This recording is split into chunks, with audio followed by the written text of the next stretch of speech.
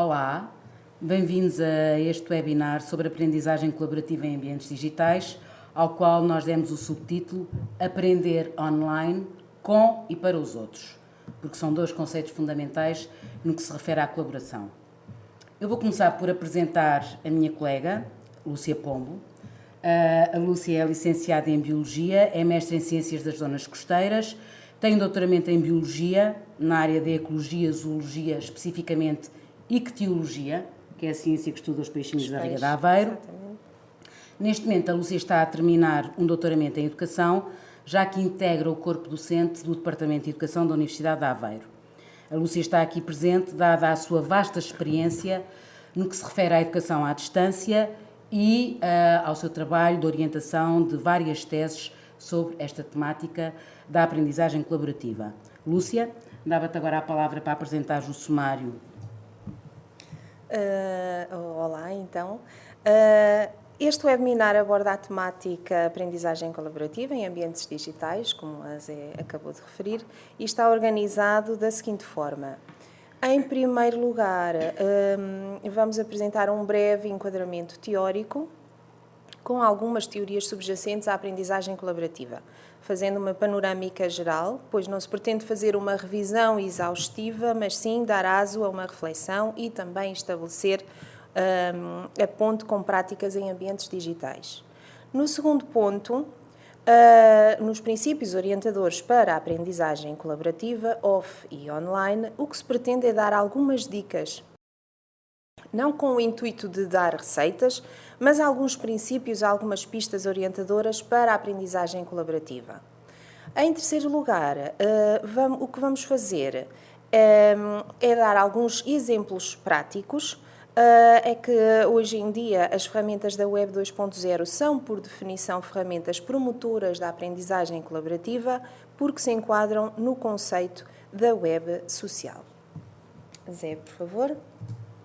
Ora, a Lúcia disse que a última parte da nossa apresentação dizia respeito aos exemplos de práticas concretas de utilização da web social nestes contextos de aprendizagem colaborativa, mas quando estávamos a preparar a apresentação, eu lembrei-me de uma experiência na qual eu já participei há alguns anos, em que alunos muito pequeninos do pré-escolar, de 3, 4 anos, ouviram uma história que foi narrada por uma contadora de histórias, uma professora da biblioteca do agrupamento, e depois, no quadro interativo, com muitos elementos que lhes eram dados que compunham a história, foram convidados a preencher os diversos espaços do cenário no qual se desenvolveu a história.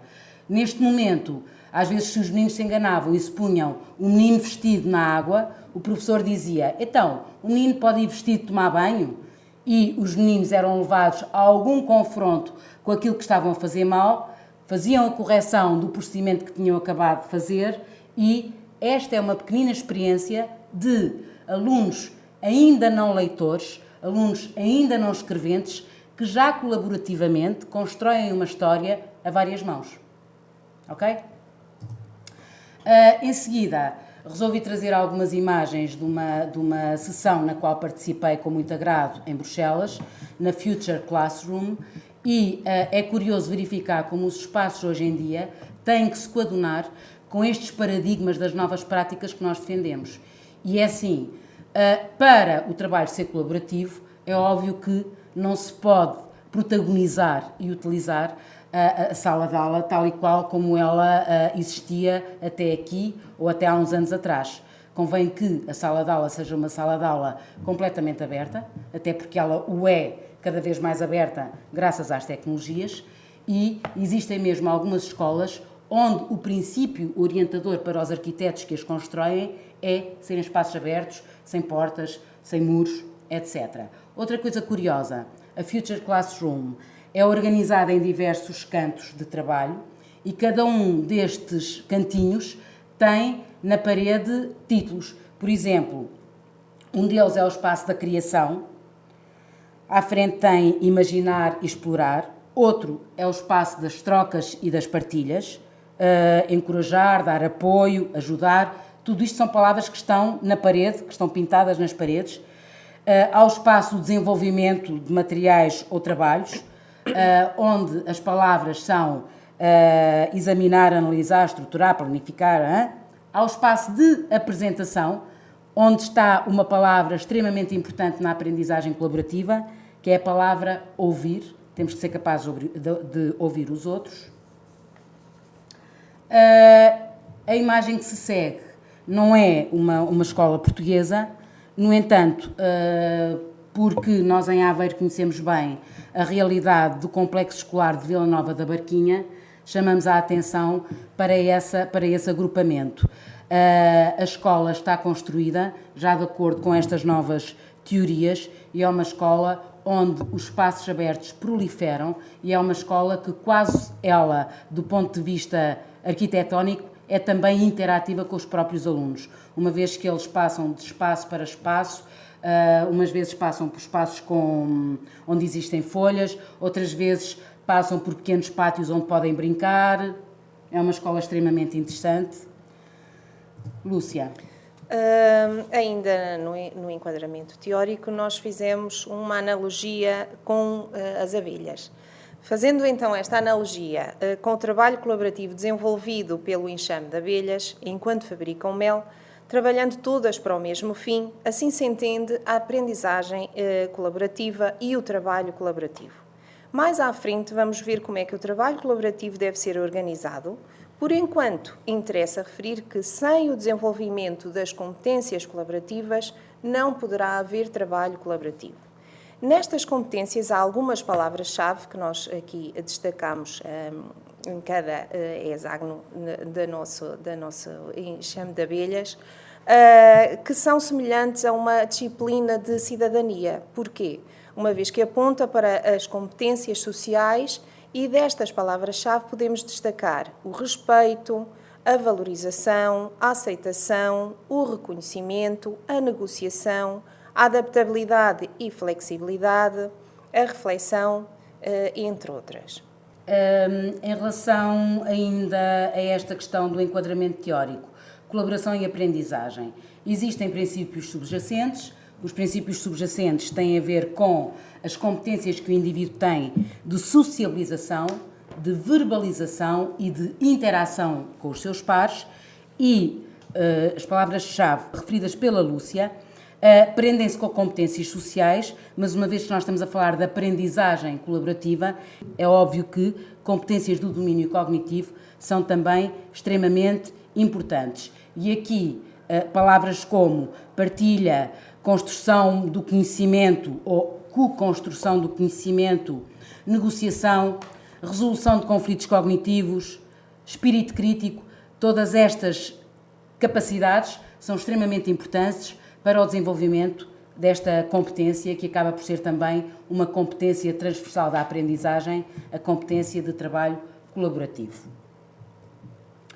Em relação àquilo que os alunos, os aprendentes, sentem quando estão nas situações em que são permeabilizados em relação à aprendizagem, verifica-se que se há alunos que se mostram extremamente apreensivos em relação ao trabalho de grupo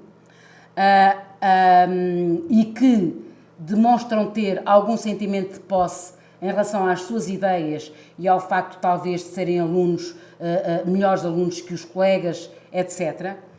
Há outros que têm que se apoiar em alguém, tal como Vygotsky já defendia, têm que se apoiar em alguém para conseguirem progredir na aprendizagem.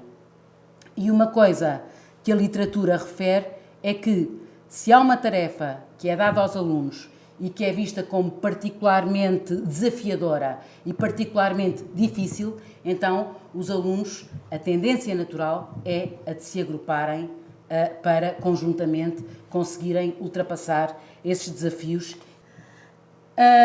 Outra coisa extremamente importante é nós pensarmos no aluno enquanto pessoa que é aprendente, mas também pessoa que é ensinante. E então é o seguinte: as pirâmides do conhecimento, de uma forma geral, vamos ver mais à frente, referem que aquilo que nós vemos, aquilo que nós ouvimos, aquilo que nos é demonstrado, etc., nós podemos apreender. Mas nós começamos a apreender verdadeiramente aquilo que discutimos, aquilo que fazemos e aquilo que ensinamos. Ou seja, quando os alunos estão nesta situação de trabalho colaborativo, se o professor fizer uma questão, colocar uma questão ao aluno, o aluno responde ao professor, mas a sua convicção ao responder à mesma pergunta é completamente diferente se for o par, se for o seu colega de trabalho de grupo que lhe coloca a mesma questão. Porque se eu estou a responder ao professor, eu sei que o professor está-me a perguntar para confirmar os meus conhecimentos.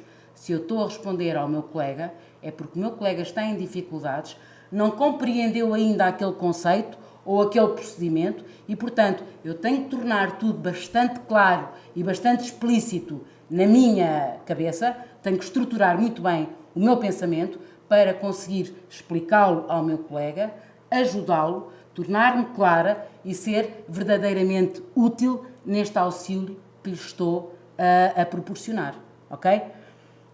Por conseguinte, os autores distinguem o aluno ensinante ou o aluno que trabalha em pares do aluno aprendente, sendo que o aluno aprendente é um aluno que está numa atitude muito mais passiva em relação ao aluno que trabalha em pares e ao aluno ensinante, que esse sim é proativo e ao mesmo tempo que aprende, explica aos colegas e clarifica os conceitos e os procedimentos dentro da sua cabeça. Lúcia? Pegando nas tuas palavras e nos teus conceitos, nos conceitos que acabaste de apresentar, como o conceito de aprendente e de ensinante, torna-se lógico que uma das competências a desenvolver no trabalho colaborativo seja a da avaliação.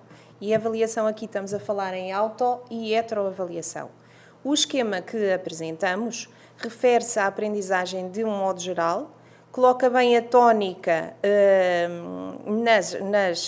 para além das competências de comunicação e de colaboração, nas competências de avaliação formativa mais formal, com as quais se faz a regulação das aprendizagens.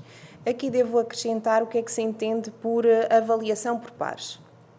Na avaliação por pares, os estudantes podem classificar ou comentar qualitativamente um relatório de atividades ou outro trabalho produzido pelos seus colegas e é considerada uma estratégia de avaliação inovadora, que possibilita uma avaliação autêntica e tem em vista melhorar o processo de aprendizagem. A avaliação que estávamos a referir no slide passado serve de mediador e de regulador das aprendizagens, em que a retroação entre os pares é fundamental quando se trata de aferir as aquisições feitas pelos elementos do grupo.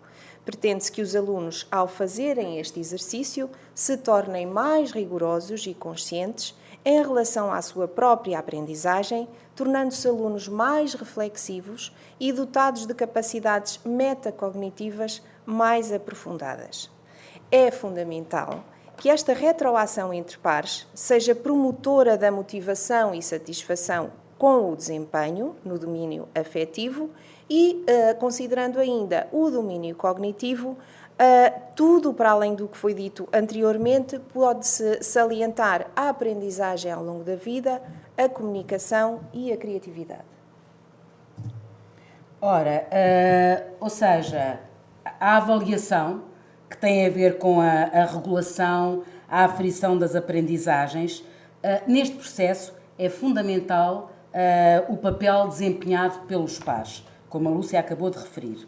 Porque, através da verbalização e da interação, os alunos acabam por estar mais expostos às ideias dos colegas, à valorização que os colegas fazem em relação às suas próprias aprendizagens, e há uma coisa que é fundamental, é que, ao trabalhar em grupo, eu posso aprender da pessoa do outro, que me está a explicar tão claramente aquilo que eu não conseguia entender de outra forma, e ao mesmo tempo, ao ver os meus colegas de grupo a trabalhar, ao ver a forma como eles estudam ou como eles organizam o seu estudo, se é através de esquemas, se é através de sublinhados, seja como for, ao ver as estratégias que eles utilizam para compreender como é que se resolve aquele problema de matemática, eu, por modelação social, ou seja, seguindo o modelo, que neste caso é o meu colega de grupo, posso perfeitamente adotar aquelas estratégias, aquelas formas de agir, aquelas formas de aprender para mim próprio.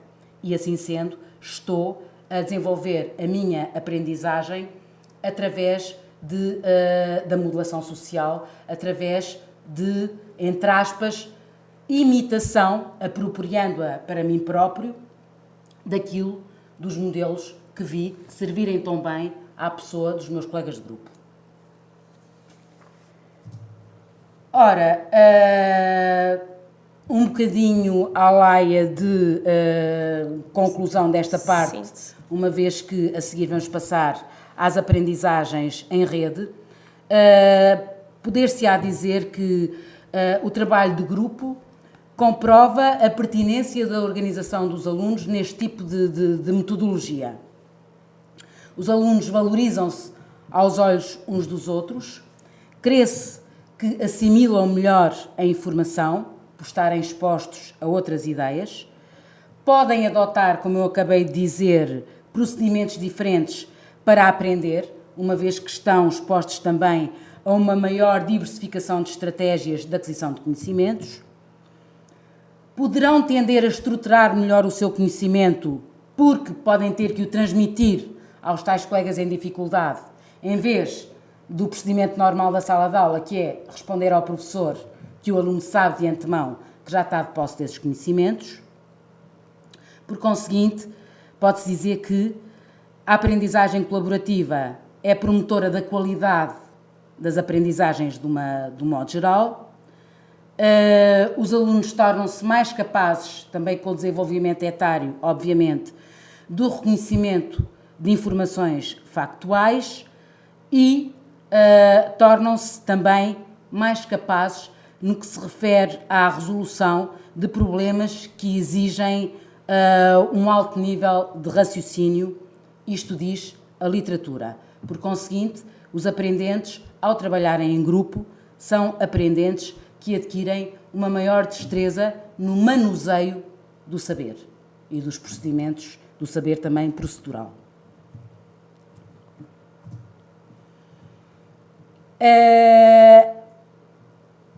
Em relação à colaboração e à aprendizagem em rede, logo no início, a Lúcia teve a oportunidade de referir que na sociedade da informação e da comunicação, cada vez mais nós estamos imersos em ambientes digitais e em ambientes onde a aprendizagem se faz mediatizada por computador, em rede, em comunidades de aprendizagem.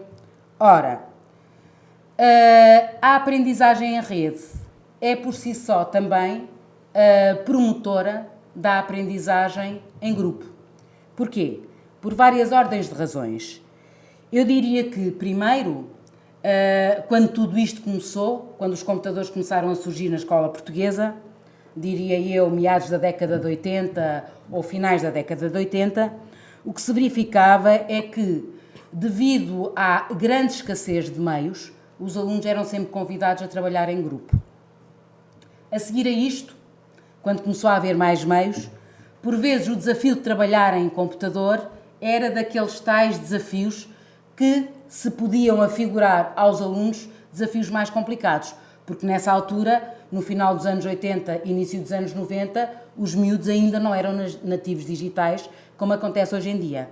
Ora, se a tarefa era vista como particularmente difícil, de acordo com a literatura, a tendência é os alunos juntarem-se para, em conjunto, terem outras capacidades que lhes permitam resolver os problemas de forma satisfatória. Por outro lado, falando já da situação atual, quando nós estamos online, a maioria das vezes, embora existam todas as possibilidades de comunicação síncrona e de comunicação com voz e com imagem, muitas das vezes, em contextos académicos, esta colaboração acontece através da escrita. E como acontece através da escrita, porque é que este fator é um fator promotor da aprendizagem colaborativa. Porque, através da escrita, a preocupação com a pessoa do outro é constante. Enquanto eu estou a comunicar presencialmente, eu tenho todo o apoio da mímica facial, da postura do corpo, etc., para me guiar na minha comunicação. Quando eu estou a comunicar através da escrita, virtualmente, todo esse apoio presencial desaparece e eu vou ter que o substituir por uma escrita clara, cuidadosa, que permita ao meu interlocutor compreender aquilo que eu pretendo ou compreender qual é que é a minha proposta para o trabalho. Por conseguinte, acredita-se que a colaboração nas aprendizagens em rede é ainda um princípio muito mais visível e um princípio que se deve observar muito mais. Relativamente à aprendizagem em rede, mas em situações presenciais, a literatura refere que a colaboração em rede, por causa da distância existente entre os sujeitos e da comunicação ser por vezes feita de forma assíncrona, havendo mais tempo de reflexão, promove de forma mais acentuada o pensamento mais aprofundado, maior troca de ideias, propostas e perspectivas, promove uma interação mais rica e acrescida e equilibrada, focalizada e centrada na aprendizagem, promove a resolução de conflitos cognitivos entre os pares, favorecendo a resolução de tarefas mais complexas, promove o respeito e a adaptação ao ritmo individual por cada elemento do grupo e dos restantes membros da comunidade, promove ainda o uso construtivo da tecnologia, focalizada nas tarefas colaborativas, com o intuito de resolver ambiguidades, e, finalmente, promove também a coordenação através e entre os mídia a utilizar, adequando-os às tarefas a que são propostas. Como súmula. Eu ainda ia dizer que porque é que, por exemplo, o conflito cognitivo ou a resolução dos conflitos cognitivos são promovidos e são melhor resolvidos em situações online. Muitas vezes, se nós vemos os nossos alunos numa aula de biologia ou numa aula de física a fazer trabalho de grupo, pode ter surgido um problema, mas eles, como estão com pressa e está quase a tocar, dizem, opá, pronto, deixa lá, olha, fazemos assim, ok. Ele sabe, então ele teve boa nota no teste, ele sabe, portanto, pomos como ele diz. Quando se trata de uma aprendizagem online, o conflito tem que ser resolvido através das palavras. E são as palavras que têm que auxiliar a esclarecer aquilo que não está bem. Por conseguinte, torna-se muito mais efetiva esta necessidade. Ou seja, na colaboração e na aprendizagem em rede, esta aprendizagem, se os resultados são melhores, como é muito defendido na literatura, tudo isto tem a ver com uma aprendizagem que acaba por ser muito mais contextualizada. O contexto é um contexto específico e real. Os alunos estão, de facto, a comunicar uns com os outros através do computador ou através do programa. Como estão no computador, que é um meio para eles muito desafiador, poderão ter tendência à procura de soluções que sejam mais criativas. O desenvolvimento da linguagem é uma constante que se verifica, porque a linguagem, como eu referi, tem de ser muito cuidada. Por outro lado, nestas aprendizagens online, uma coisa que é muito importante é que, para efeitos de investigação ou até para efeitos de auto- e heteroavaliação, muitas vezes os registros daquilo que é discutido ficam gravados, ficam registados, podendo-se voltar atrás para ver quão proveitosa foi determinada discussão ou não. Agora vamos falar de alguns princípios orientadores para a aprendizagem colaborativa. É importante referir que desde muito jovens os alunos devem ser incentivados e devem ser instruídos para isso, a trabalhar em equipa, Desde o pré-escolar, os alunos devem ser imbuídos de princípios de colaboração, que são importantes não só ao nível das aprendizagens que vão fazendo com os seus pares ao longo da vida, mas também para o exercício da cidadania interveniente e plena. Desde cedo, devem ser atores de trabalho em equipa, onde seja promovida uma relação de entreajuda e confiança mútua para a resolução de uma tarefa comum que tem como objetivo uma meta definida para todos. O trabalho visa a resolução da tarefa e de desenvolvimento de competências de trabalho colaborativo. E, por último, pretende-se atingir um objetivo comum e pré-acordado por todos. Continuando ainda com alguns princípios orientadores, há que ter em conta que o trabalho colaborativo, apesar de nem sempre haver consenso em relação a esta matéria, não é a mesma coisa, pelo menos no nosso entender, que o trabalho cooperativo. No trabalho cooperativo, há divisão de tarefas. Cada elemento tem uma tarefa destinada e a súmula dessas partes é que vai constituir o trabalho final. Na aprendizagem colaborativa, todos os membros trabalham e resolvem todas as tarefas num processo dinâmico, em que cada um se responsabiliza pela sua própria aprendizagem, mas também pela aprendizagem do colega e do grupo onde está inserido. Uma das palavras-chave é responsabilização, outra interdependência, co-compreensão, partilha, solução, etc. Não queremos maçá-los muito com estas questões, por conseguinte eu iria dizer que um princípio que é fundamental é que os alunos devem ser habituados em trabalho de grupo, não há imposições de ideias, não há imposições de soluções. Há propostas, isso sim, que são aceites ou não. Depois, por outro lado, há sempre a questão como dividir os alunos para o trabalho de grupo.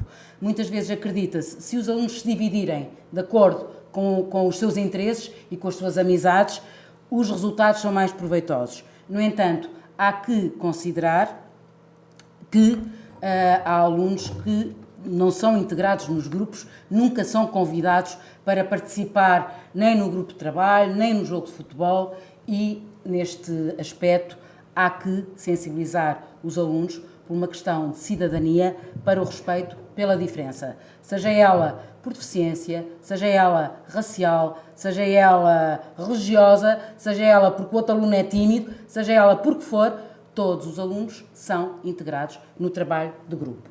Por outro lado, uma coisa que é fundamental também reter é que no trabalho de grupo, tanto no trabalho de grupo como em situações de aprendizagem individual, eu tenho que me capacitar, que sou uma pessoa humana, que sou dotada de características próprias, obviamente, tenho a minha uniqueness, mas tenho limites.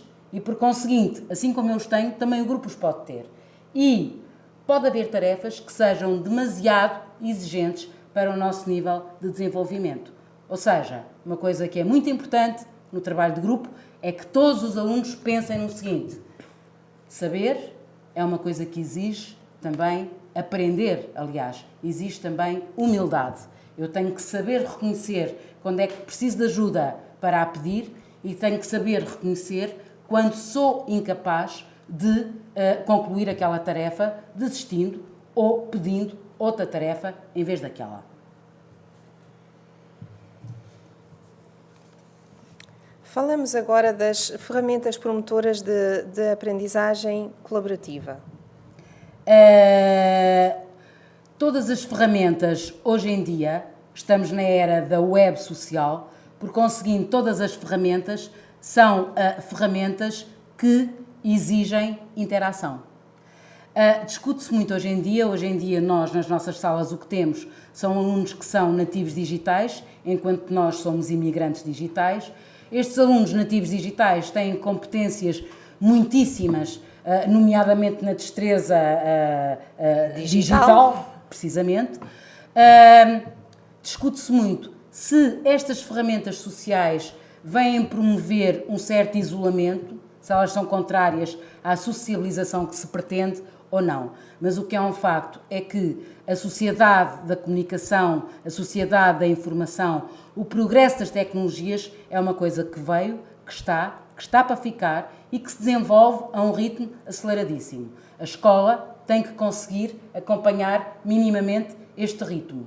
Por conseguinte, os alunos têm que ser habituados a utilizar as ferramentas não só para fins lúdicos, mas também para fins educativos, para fins de aprendizagem, seja ela mais formal, mais informal, mas terem ciente sempre que todas estas ferramentas são ferramentas que podem ser promotoras da aprendizagem. Este esquema é um esquema que, ao fim e ao cabo, resume tudo aquilo que é a vida do dia-a-dia na web social e tudo aquilo que é permitido fazer, por partilha também, ao nível do som, da imagem, das conversas síncronas ou assíncronas, das mensagens. Por conseguinte, este esquema resume, de alguma forma, aquilo que é a nossa vida ou aquilo que são alguns minutos da nossa vida na web. De uma forma tão importante que existem alguns estudos que comprovam que alunos na faixa dos 12, 14 anos, no momento atual, são incapazes de estar mais do que 10 minutos sem recorrerem aos seus telemóveis ou seja o que for, para se conectarem, para estarem ligados, para estarem a utilizar a sua ferramenta pessoal digital. Não podíamos deixar de falar na ferramenta Wiki, neste webinar sobre trabalho colaborativo, já que a Wiki é considerada como uma ferramenta muito poderosa de colaboração online. Porquê? Porque permite a elaboração conjunta de diversos documentos, de diversos tipos. Se, por exemplo, pensarmos no Google Docs, cada interveniente pode editar um documento de texto, uma apresentação eletrónica, uma folha de cálculo, etc. Portanto, esta ferramenta tem sido cada vez mais explorada a nível da educação, em contextos digitais, tendo-se verificado bons resultados, pelo menos em algumas experiências pontuais que temos tido com até trabalhos de mestrado que têm desenvolvido nesta área, onde exploram a ferramenta Wiki em contextos educativos. Aqui queremos apresentar um exemplo. No Instituto de Educação da Universidade de Lisboa, o professor Fernando Albuquerque Costa, desde a década passada, tem promovido experiências de trabalho colaborativo entre os seus alunos do primeiro ciclo do ensino superior. Aqui temos o exemplo do site Aprender com Net, onde existem registros de algumas destas atividades, como se pode ver no exemplo. Por outro lado, também estudos internacionais comprovam a utilidade e a pertinência da utilização da ferramenta para a promoção da colaboração e da comunicação. Por exemplo, esta autora, Rea Borja, refere que com os alunos de faixas etárias mais novas existem alguns problemas relacionados com a exposição dos alunos e as consequências em termos de privacidade e de segurança. Apesar disso, é considerado que as wikis têm um potencial elevado na educação. Um outro exemplo que é extremamente interessante, no que se refere a esta questão das ferramentas promotoras de aprendizagem colaborativa, tem a ver com os e-portfólios. Os e-portfólios deixam de ser, quando em ambiente digital, meros repositórios de conteúdos ou de aprendizagens efetuadas pelo aluno ou pelo autor do e-portfólio, para passarem a ser também uma ferramenta de comunicação, porque é suposto que professores, pais, colegas venham dar o seu aporte ao trabalho desenvolvido pelo próprio para enriquecer o seu conhecimento, para o ajudar nas zonas de não saber, para enriquecer a sua proficiência enquanto aprendente. Ou seja, tanto em e-portfólios como em wikis, como noutro tipo de ferramentas da Web 2.0, estas ferramentas pretende-se que encorajem o raciocínio pelo confronto a que os alunos são sujeitos e acredita-se que este tipo de competências são competências de um nível mais elevado, mas que são essenciais ao mesmo nível que as literacias mais básicas na sociedade atual, como seja a literacia de interpretar um texto, etc. Um exemplo que nos é muito grato, porque trata-se de um trabalho que teve como base 2 doutoramentos na Universidade de Aveiro e que agora passou a ser uma plataforma que já está a ser utilizada em alguns locais no Brasil. Esta plataforma, o ArgoQuest, é uma plataforma de trabalho colaborativo online, ou trabalho em pares, e é uma plataforma cujo objetivo fundamental é o desenvolvimento das competências de argumentação e de questionamento, sendo que, no fim, os alunos são convidados a fazer mapas conceptuais, mapas de conceitos, óbvio, mapas argumentativos sobre a temática em questão e, ao mesmo tempo, mapas colaborativos, porque co-construídos pela DIAD que explorou a temática. Estamos a chegar ao fim, já sabe bem, porque já são alguns minutos longos a falar, só para dizer que, e voltando ao nosso paradigma das palavras-chave tão importantes nesta temática, há palavras como negociação, retroação, provocação, desafio, conflito cognitivo, nova problematização, reformulação, são palavras que são constantemente, que têm que estar constantemente presentes no espírito de quem está a desenvolver um trabalho em equipa. Passava, por último, ao tríptico didático da grande investigadora, que é a senhora professora doutora Isabel Alarcão, que já foi reitora da nossa universidade e que é da didática das línguas. O contexto social da aprendizagem pressupõe que os 3 lados do triângulo se verifiquem ao mesmo nível. A aprendizagem com interação apoiada pelas tecnologias, sendo que este processo dinâmico é um processo constantemente interativo e também até iterativo.